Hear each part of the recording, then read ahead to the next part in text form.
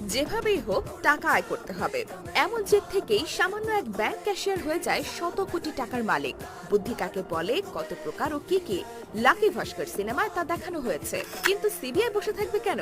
তারা লেগে যায় ভাস্করের পেছনে। তবে সিবিআই যদি ডালে ডালে চলে, ভাস্কর চলে পাতায় পাতায়। মিডল ক্লাস পরিবারের ভাস্কর কিভাবে সিবিআই কে ঘোল খাইয়ে ছাড়ে তা দেখা যাবে সিনেমার একেবারে শেষে।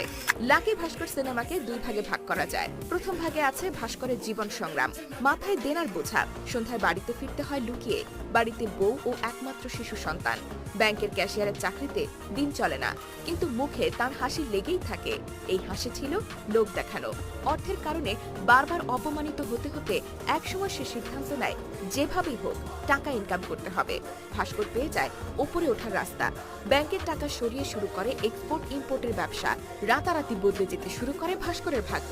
ব্যাংকিং সিস্টেমের নানা সীমাবদ্ধতাকে কাজে লাগিয়ে